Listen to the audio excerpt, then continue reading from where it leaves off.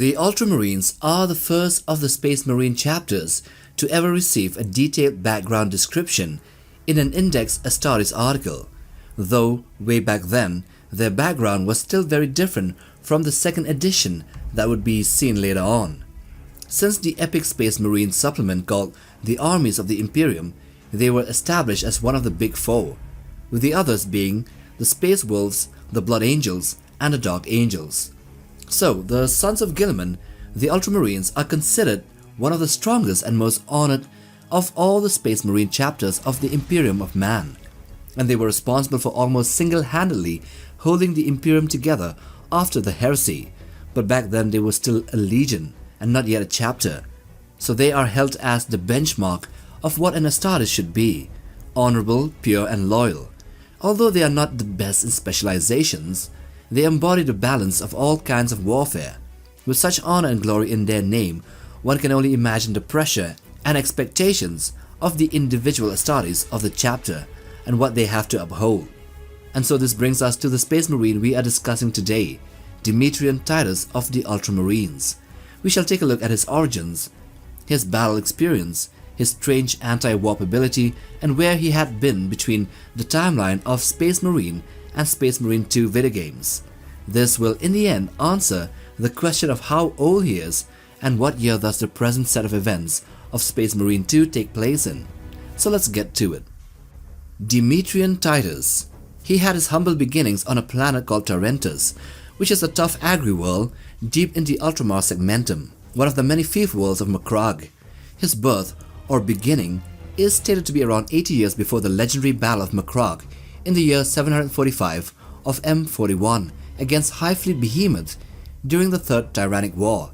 Thus his birth year would have been around 665 or maybe 666 of M41. So growing up wasn't a walk in the park. Life was rough and survival was tough, however not as wild as it would have been if he was born on a death world or maybe a war world. But even as a kid, Titus showed that he was made of steel, strong, determined and never backing down from a challenge. It wasn't long before the Ultramarines recruitment scouts caught wind of this promising young individual. They saw something special in him, a natural-born leader, a fighter with the grit to take on whatever came his way.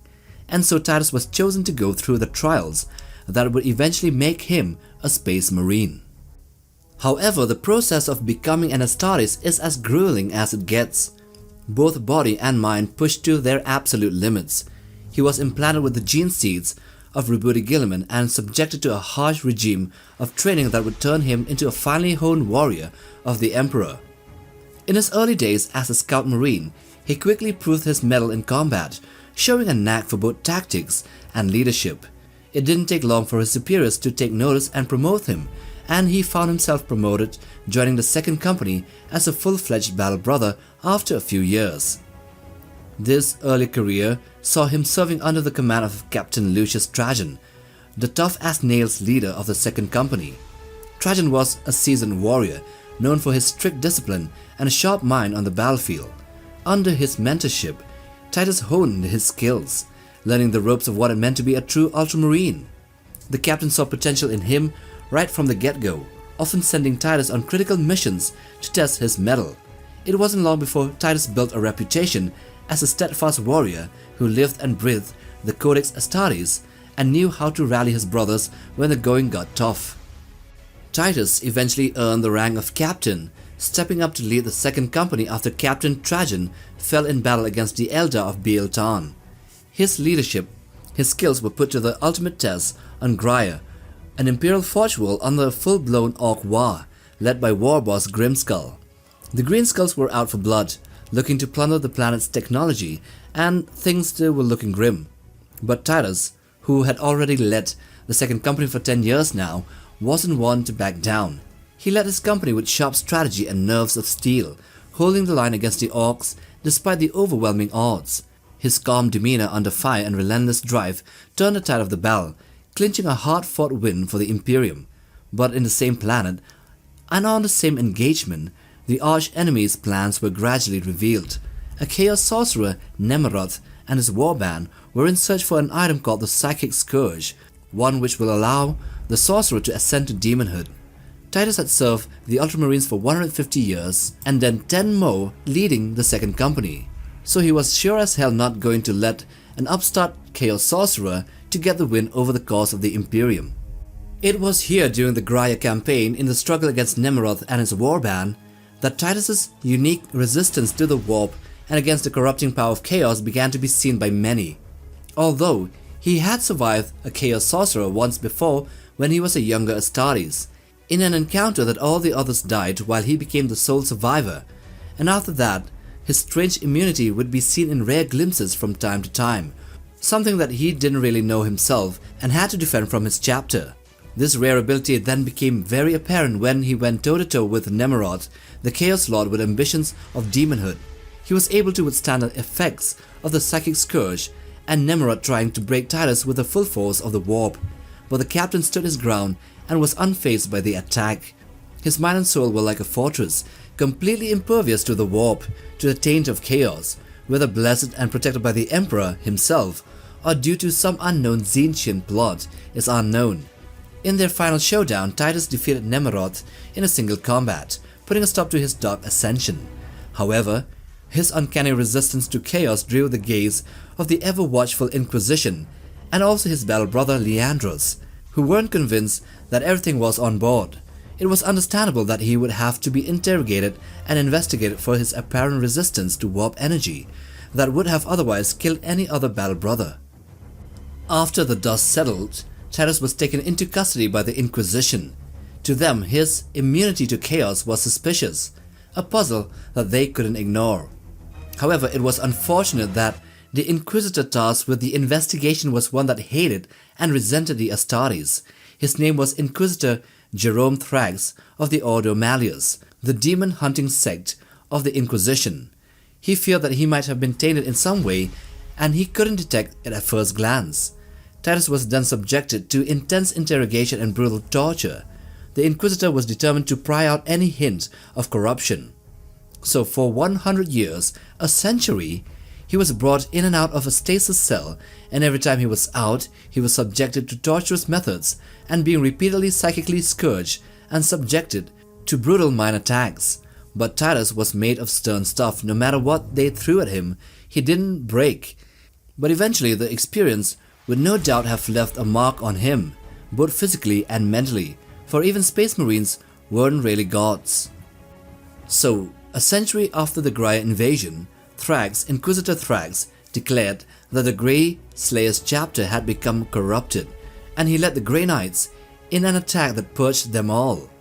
However, the Inquisitor became possessed by a demon as he searched for the origins of the chapter's heresy, and was subsequently slain by the Grey Knights, which was ironic in the end. So, as they searched the possessions of Thrax, they found the stasis cells of which Titus and other Space Marines were held, and they were discovered, and therefore they were released. However, Titus found himself being sent to the Deathwatch, an elite Space Marine force tasked with taking on the galaxy's most dangerous Xenos threats. He would then be a black shield within the alien hunters for another century under the name of Nullus. He would serve with Kill Team Primus during the invasion of the Kadaku sector, which was swarming with Tyranids, one of the most terrifying enemies humanity has ever faced. So his time with the Deathwatch sharpened his edge even further, teaching him to adapt to the unpredictable and ever-changing tactics of the Xenos, and also learning how to function with other Marines from different chapters, each with their own fighting styles and code of conduct. The final act of the Kadaku sector campaign brought Titus face to face with a Carnifex, a living battering ram of the Tyranids. The battle was nothing short of ferocious, and despite his best efforts, Titus was grievously wounded by the creature's savage assault, with one of its claws stabbing him through the primary heart. It was only thanks to the quick intervention of his Ultramarine brothers, with Chief Librarian Tigurius sensing his soul sign and quickly arriving to the system to shred the Carnifex to bits. Battered and his body broken, Titus would only survive through the Rubicon Primaris, a procedure that would enhance him and transform him into an even stronger Primaris Marine. It can also be said that Titus had always been on the favored side of Chapter Marneus Calgar, hence him receiving the surgery and Tigurius getting the green signal to go and retrieve him. So reborn as a Primaris Marine after undergoing the Calgarian rites, Titus rejoined the Ultramarines under the supervision of a chaplain that would later be revealed as an old battle brother of his. He would now be bearing the rank of a lieutenant, a demotion from his captain status during the Graia campaign, but still a leg up from being a Black Shield with a Deathwatch, something that was redacted by his higher-ups else it brings out questions. Anyway, his abilities was put to the test once more during the Tyranid invasion of the Kadaku system. Here, Titus took charge with the same tenacity and tactical brilliance that defined his career. The Tyranids, as relentless as ever, sought to devour everything in their path, and along the way, the Chaos forces under Tzeentch and the Thousand Sons would also make landfall, thus creating a chaotic three-way, a struggle between the Imperium, the Tzeentchian forces of Chaos, and the Tyranids. And here we have Space Marine 2. Alright, now let's get into some math. Titus was born some 80 years before the Battle of Macragge, that occurred in the year 745 of M41. Therefore his birth would be around 665 or 666 of M41. He was also stated to have served for 150 years in the Ultramarines before the events of Graia, but remember that he should be around 16 to 18 years of age before he finishes all the 4 phases of the gene seed transfers and implants to become a battle brother. So let's say Titus was 18 when he was inducted, and then he would serve for another 150 years, and then lead the second company for another 10 years, meaning that he was around 178 years old by the time of the Graia campaign. He was then imprisoned by Inquisitor Thrax in his station for a century, and after being released, he would serve with the Deathwatch for another century, thus making him at least 378 years at the beginning of Space Marine 2. Thus the time in which the Space Marine 2 events take place would be around 378 years after the birth of Titus, or 378 years after the year 666 of M41. This means that Titus is currently in the early years of M42, before the 50th year of the new 42nd millennium. And with that, we come to the end of the video on the timeline of Ultramarine Demetrian Titus and his age. So if you like this video, then watch this other one too. And if you want to browse for other Warhammer and sci-fi content, then check out our channel. So subscribe and like for support. And yeah, while you're at it, bang on that bell icon for notifications on new video uploads. Till the next time, take care, boys.